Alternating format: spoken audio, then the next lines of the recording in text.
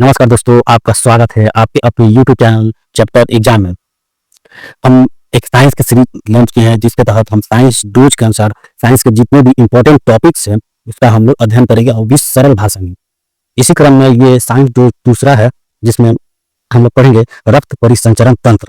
आप लोग थंबनेल में देख लिए होंगे, थंबनेल में रक्त के बारे में पढ़ना है। रक्त से जितने भी इंपॉर्टेंट क्वेश्चन बनते हैं वो चीज हम लोग इसमें कवर अप करेंगे। चलिए वीडियो शुरू करते हैं। ये जो वीडियो होगा प्रत्येक एग्जाम के लिए होगा, चाहे वो बिहार के किसी भी राज्य स्तरीय परीक्षा हो, चाहे भारत के किसी भी राज्य का कोई राज्य स्तरीय परीक्षा हो, या एसएससी हो, या रेलवे हो, या आपका कोई भी डिफेंस का एग्जाम हो, सबके लिए लाभदायक हो, जिसमें जनरल साइंस से क्वेश्चन पूछे जाते हैं। चलिए देर ना करके वीडियो स्टार्ट करते हैं। देखिए फर्स्ट में दिया है रक्त का संगठन। रक्त का जो संगठन है कैसे है, देखिए रक्त का संगठन। देखिए मानव वयस्क में कुल कितने लीटर रक्त होते हैं? ये जो एक वयस्क मानव में जो होते हैं कुल 5.6 लीटर रक्त होते हैं, जिसका पीएच मान जो होता है 7.4। देखिए रक्त को हम लोग दो भागों में बांटते हैं। जैसे एक प्लाज्मा होता है और दूसरा क्या होता है, रक्त कोशिकाएं होता है। प्लाज्मा जो होते हैं कितने होते हैं? प्लाज्मा टोटल 55% होता है और रक्त कोशिका है टोटल 45% होता है। जो प्लाज्मा होता है उसमें पानी जो होता है उसमें 90% पानी होता है, अन्य पदार्थ उसमें 10% मिले रहते हैं। और रक्त कोशिकाएं जो सेल होती है उसको तीन भागों में हम लोग बांटते हैं। पहला आरबीसी जिसे रेड ब्लड कार्सल कहते हैं, दूसरा डब्ल्यूबीसी और तीसरा जो होता है प्लेटलेट्स होता है। देखिए आरबीसी सबसे ज्यादा होता है, उसके बाद प्लेटलेट होता है और सबसे कम होता है डब्ल्यूबीसी। देखिए प्लाज्मा का जो इसमें दिया है, प्लाज्मा का जो कार्य होता है, प्लाज्मा का कार्य फाइब्रोनोजेन प्रोटीन रक्त का थक्का जमाने में मदद करता है। यही प्लाज्मा है जो रक्त को थक्का जमने में मदद करता है। जैसे किसी को हाथ पैर कट गया तो रक्त का अगर थक्का नहीं जमेगा तो रक्त निकलते लिखते मर जाएगा। इसीलिए प्लाज्मा क्या करता है, उस रक्त को थक्का जमाने में मदद करता है। और क्या करता है, ताप नियंत्रित रखता है, घाव भरने का काम करता है। अगर रक्त को थक्का बनेगा तो घाव को भरने का काम करेगा, हमारे शरीर का तापमान भी नियंत्रण करेगा। ठीक, आगे हम इसका फोटो देखेंगे। देखिए यही होता है हमारा रक्त से। देखिए रक्त का समझ, ये रक्त हमको लाल दिखाई दे रहा है, लाल। देखिए इसमें देखिए क्या होता है, ये प्लाज्मा है जिसमें 90% पानी होता है, जल होता है। ये देखिए ये आरबीसी है, लाल रक्त कणिका है, ये लाल रक्त कणिका है, और ये श्वेत रक्त कणिका है, और ये जो छोटा छोटा दिख रहा है ये क्या है, ये प्लेटलेट्स है। ये देख लेंगे, आगे देखेंगे। देखिए आरबीसी के बारे में जानेंगे। आरबीसी क्या होता है? आरबीसी रक्त में 90% होता है। रक्त में कितना होता है? 90% होती है।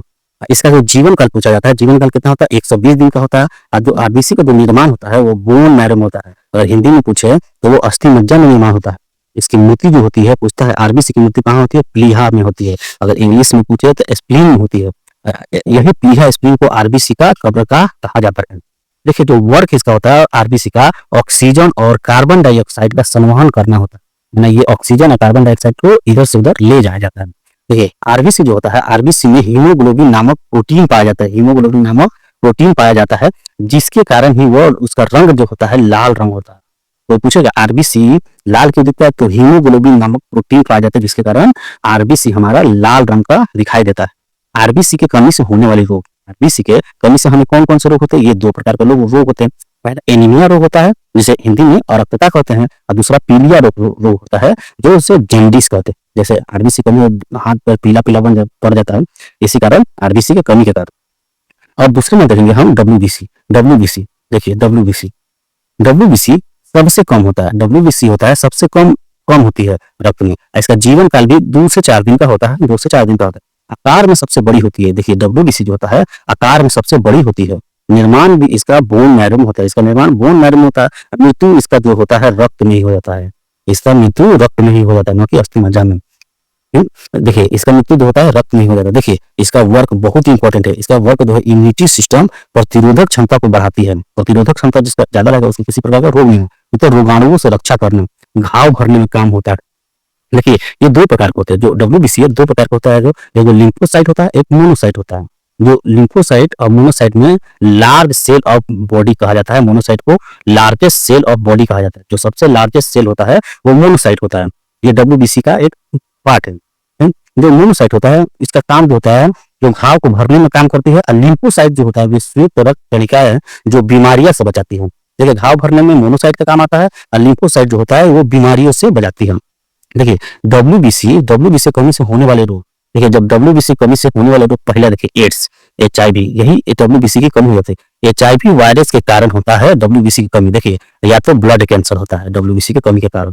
देखिए WBC की मात्रा कम या ज्यादा होने पर, देखिए अगर मात्रा WBC का कम होगा तो इसे क्या कहते हैं, ल्यूकोपीनिया कहते हैं, ल्यूकोपीनिया कहते हैं। या WBC का मात्रा बढ़ जाता है तो उसे ल्यूकेमिया कहते हैं, ल्यूकेमिया कहते हैं। अगर क्वेश्चन पूछता है WBC के कमी से होने वाला रोग कौन है, तो ल्यूकोपीनिया होगा। और WBC के अगर बढ़ जाने वाला रोग होता है ल्यूकोमीनिया कहते हैं। ठीक, अब आगे देखेंगे हम लोग प्लेटलेट्स। देखिए प्लेटलेट्स क्या होता है, प्लेटलेट्स को हम लोग समझेंगे। देखिए प्लेटलेट जो है रक्त में संख्या इसका जो होता है 4.5 लाख से 6 लाख पर लीटर होती है। 1 लीटर में प्लेटलेट्स कितना होना चाहिए, 4.5 लाख से 6 लाख के बीच में होनी चाहिए। देखिए इसका कार्य जो है शरीर में कट जाने पर रक्त के बहाव को रोकता है। प्लेटलेट्स ही शरीर में अगर कट जाएगा तो उसे क्या करता है, रक्त को बहाव को रोकता है। देखिए चिकनगुनिया और डेंगू जैसे बीमारियों में क्या होता है, प्लेटलेट्स की मात्रा एकदम कमी आ जाती है। अगर चिकनगुनिया या डेंगू नामक बीमारी आपको हो जाए तो आपके प्लेटलेट की मात्रा क्या होता है, एकदम कम हो जाएगी। देखिए डेंगू जो होता है Aedes aegypti, dengue Aedes aegypti मच्छर के काटने से होती है। कौन सा मच्छर काटने से होती है, एडी एजिप्टी नामक मच्छर से काटने से होती है। देखिए नोट में ये याद रख लेंगे, मानव शरीर में खून जो होता है, खून हिपेरिन की उपस्थिति के कारण नहीं जमता। अगर देखिए मानव शरीर के खून में हिपेरिन की उपस्थिति के कारण नहीं जमता है। क्वेश्चन नंबर को अब आगे देखेंगे, आगे कह रहा है रक्त परिसंचरण तंत्र के बारे में देखेंगे। देखिए रक्त परिसंचरण जो होगा, देखिए धमनी जिसे आर्टरीज और सिरा जिसे वेन्स कहते हैं, सिरा जिसे वेन्स कहते हैं। देखिए धमनी का कार्य होता है, धमनी जो होता है ऑक्सीजन युक्त शुद्ध खून को, देखिए ये याद रखेंगे, धमनी जो होता है आर्टरीज वो ऑक्सीजन युक्त शुद्ध खून, मतलब जिसमें ऑक्सीजन है तो शुद्ध खून ले जाती है लंग्स से हमारे हार्ट तक। लेकिन अपवाद है, एक अपवाद है, एक है होती है पल्मोनरी धमनी, एक होती है पल्मोनरी धमनी जो अशुद्ध रक्त ले जाती है वो ऑर्गन से लंग्स में ले जाती है। ठीक, अब देखिए सिराए के बारे में जानेंगे। देखिए ये क्वेश्चन इससे हर वक्त पूछता है कि शुद्ध रक्त किसे कहते हैं, तो ऑक्सीजन रक्त को शुद्ध रक्त कहते हैं। और ये जो धमनी होती है वो शुद्ध रक्त को लंग से किसमें, हार्ट तक ले जाती है। और लेकिन एक अपवाद है, एक पल्मोनरी धमनी होती है जो क्या होती है अशुद्ध रक्त, जिसमें मतलब ऑक्सीजन नहीं होता, ये कहाँ ले जाती है, ऑर्गन से, हमारे शरीर के किसी पार्ट से लंग्स में ले जाती है। सिराए के बारे में जानेंगे। सिराए जो होती है अशुद्ध खून, मतलब इसमें ऑक्सीजन नहीं हो, अशुद्ध खून ले जाती है ऑर्गन से, कहाँ ले जाती है, लंग्स में ले जाती है, ऑर्गन से लंग्स में ले जाती है।